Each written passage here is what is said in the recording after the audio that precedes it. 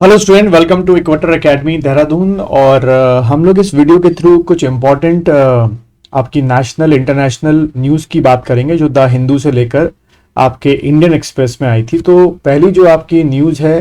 जैसे कि आप पढ़ पा रहे होंगे, Bangladesh parliament dissolve,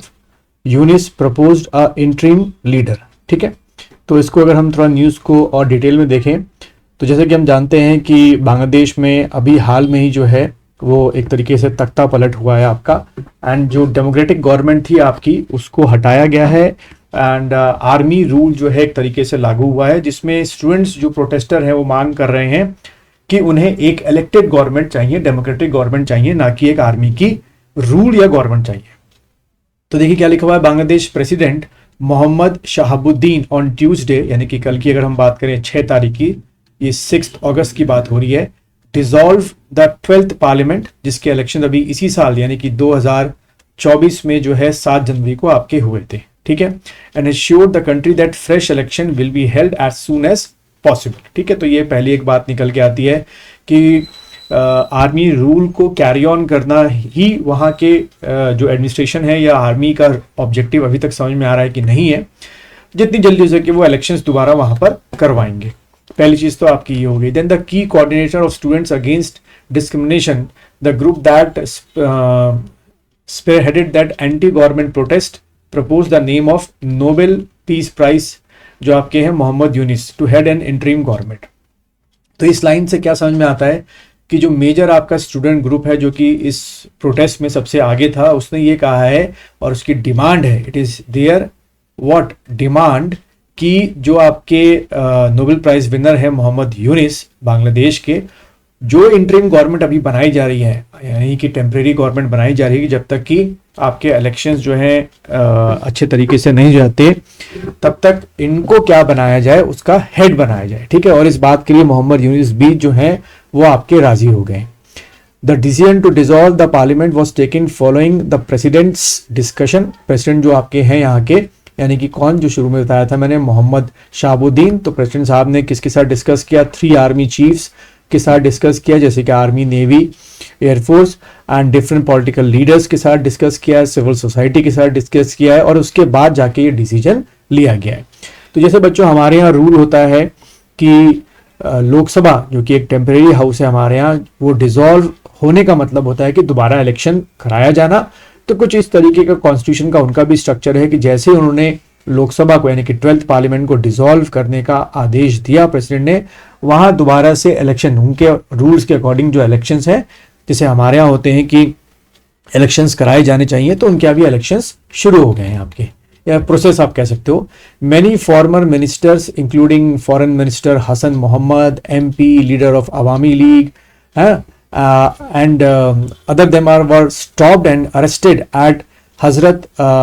Shahlal International Airport while trying to leave the country। ठीक है, तो ये लोग देश से भागने की फिराक में थे, कई लोग पहुंच चुके थे एयरपोर्ट, लेकिन वहां पर विद कह सकते हो कि ऑर्डर्स ऑफ द आर्मी, जो बांग्लादेशी आर्मी थी, जो आपकी वहाँ की एयरपोर्ट अथॉरिटी थी, उन्होंने इनको परमिशन नहीं दी देश से बाहर जाने की, क्योंकि हो सकता है कि इनके खिलाफ कई आपके जो केसेस हैं करप्शन के वो दोबारा रीओपन हो या नए चार्जेस इन पे लगाए जाए। दूसरी तरफ European union diplomats and even हमारा जो इंडियन गवर्नमेंट है, इंडियन गवर्नमेंट प्लस हमारी जो डिप्लोमेट्स है, express their serious concern about the reports attack on minority communities, क्योंकि पिछले 3-4 दिनों से ये खबरें मिल रही हैं हमें मीडिया के थ्रू कि वहाँ पे जो माइनॉरिटीज़ हैं, जैसे कि स्पेशली अगर हिंदूज़ की बात की जाए तो उनके जो टेम्पल्स हैं,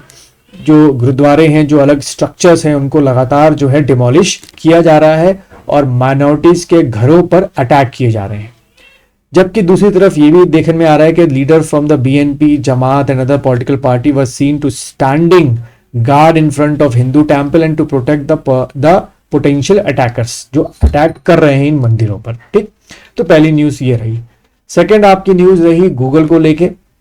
गूगल अ मोनोपोलिस्ट रूल्स अमेरिकन जज इन की एंटी ट्रस्ट केस।